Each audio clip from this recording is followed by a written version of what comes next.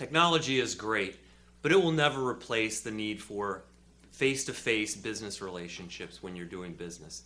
I'm Jamie Gorman, host of Be Better at Business TV, and I'm here today with Basile Lemba, the founder of the Fairfax Breakfast Club and the Ultimate Nova Business Expo. And we're here to discuss how you can use trade shows to be better at business. Good morning, Basile. Good morning. Thank you for having me. You're welcome. So within a trade show, one of the things you get as an exhibitor for the Ultimate Nova Business Expo is an hour or so of coaching on how to make your trade show experience more successful. So what are maybe 3 things that you recommend to exhibitors to help them make their experience more successful? I say first, let you guess all your clients and everybody know you'll be there. Okay. Tell them, okay, come on over. That'll be you give it to them as an opportunity for them to get business as well.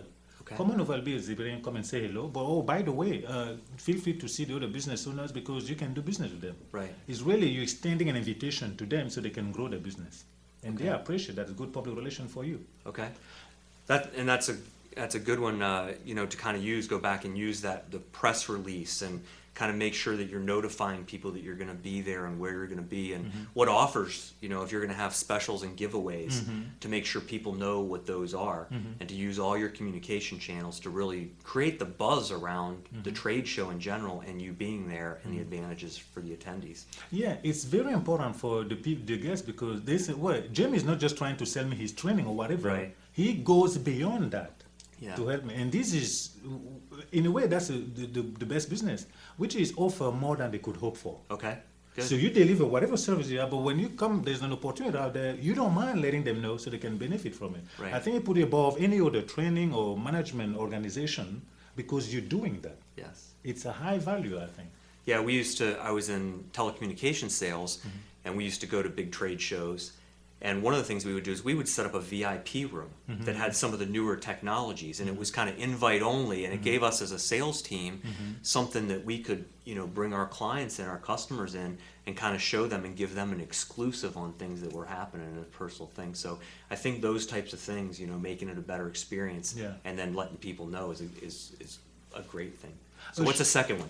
Well, the second one is one of the key things when you go into that event is gather identities. Okay. So I always suggest to the exhibitors to have a ball and have some kind of door prize. Okay. Attractive enough, whatever, within the budget. Say, put your card over here, you're going to win a blah. And now people come say, because then you gather the identities. Okay. And then all of us, it's about creating a client base. You increase your client base by doing that. Right. And then later on you can follow up with, one of the major problems people have is to follow up. But if you have those identities and then maybe every 3 or 4 months you throw out a newsletter. And again, in newsletter, you not just promote your services, of course, but also give them a tip of something they can use. Okay. So you're there in front of their mind all the time. But you just gather the identities, and then it's a matter of more, generally in business, matter of if but when. Right. They come up when they need your service, then you'll be up in their mind, and then they contact you.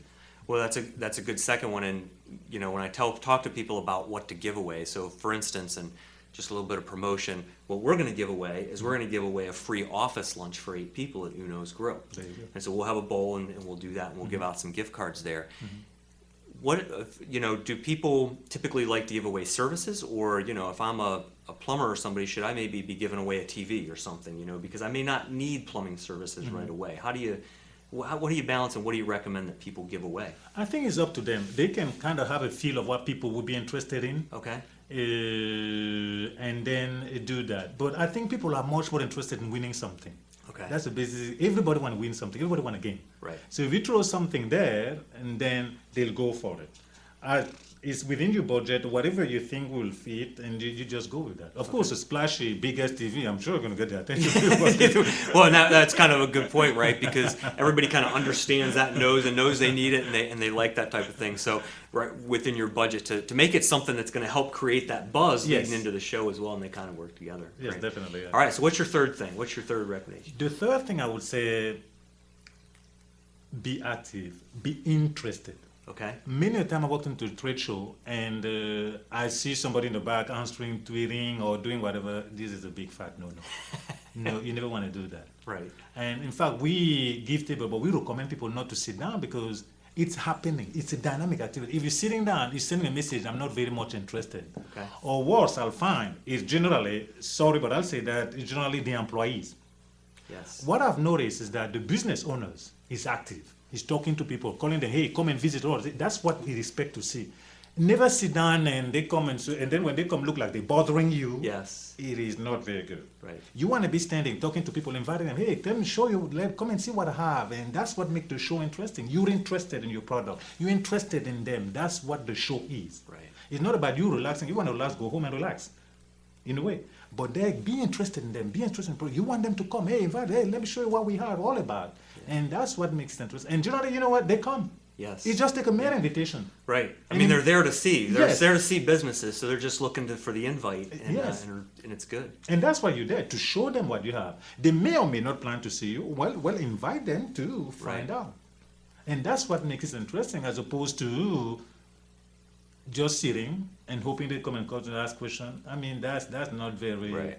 that's not the best way to go about it. Capitalize on that. It's a marketplace. You took your shop and bring it to Main Street. You slam dunking it, boom, here I am. Come and see me. Right. That is the concept. And that's what gets you business. I bet sometimes after any expo, somebody can say, well, nothing happened. But if you do a careful investigation, you'll find these are the guy who's sitting there. tweeting. And at the end, they say, where is my money? Well, I'm sorry. I do want to give you the money, but you got to meet me halfway. You got to do some work. Well, it looks like I have some training to do with my staff for next week as we get ready. I've got them all shirts, but I'm going to have to do a little bit of training there on how to get up and make sure they capture people. So over a couple years now, you've been doing the expo. Which have been your most successful exhibitors, and what have they done to make themselves most more successful? Anything creative, or people have done special things? I think what we cover, but also an important thing which we haven't touched upon, it is the booth. Okay. Because when you walked in there, you have 100 of these things. Somebody got to stand out. Right. Because when you see several of those, you want to stand out. You got to create around your booth. Sometimes we push that, and this time it's not something that we were hammering because we used to have a contest. For example, what is the most original? What is the this and that, the other thing? We have a major theme this time, which is 100 events held. So that's what we're going. So we did not push that, but single yourself out.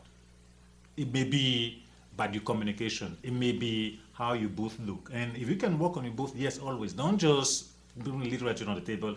Talk to the people, communicate, call for attention. Right.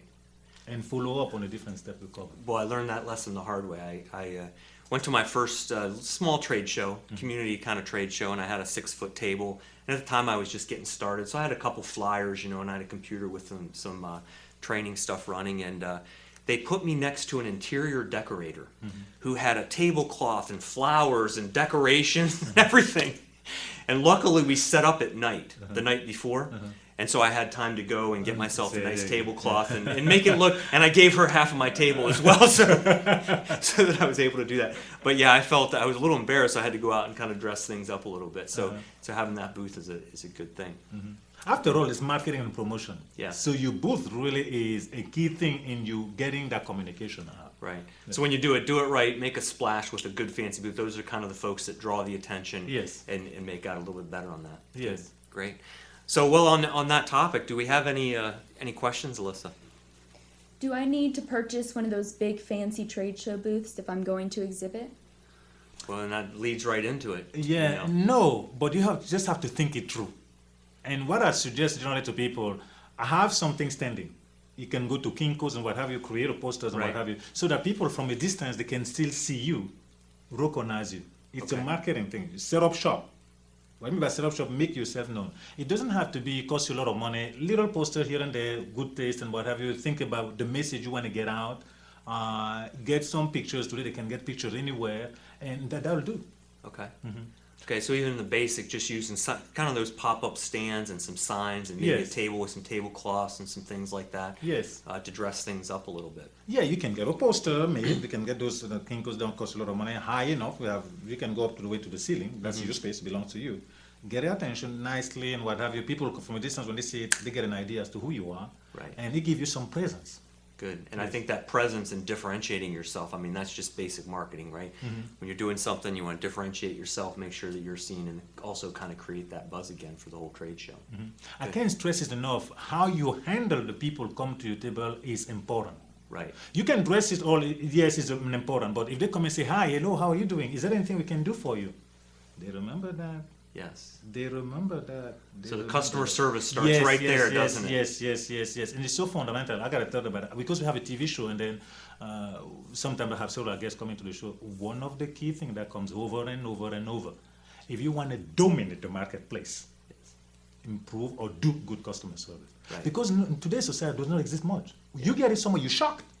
You walk somewhere, then you surprise. You're like, oh my God, what It went is wrong? a little surprising. It's like, what what went wrong? You know, it's not, oh my God, what was right? What went wrong? Yes. You get what I'm saying? I had a show with the last time. If you just do just that, you will single yourself out in the marketplace in a way that is totally, completely unbelievable. Good, good.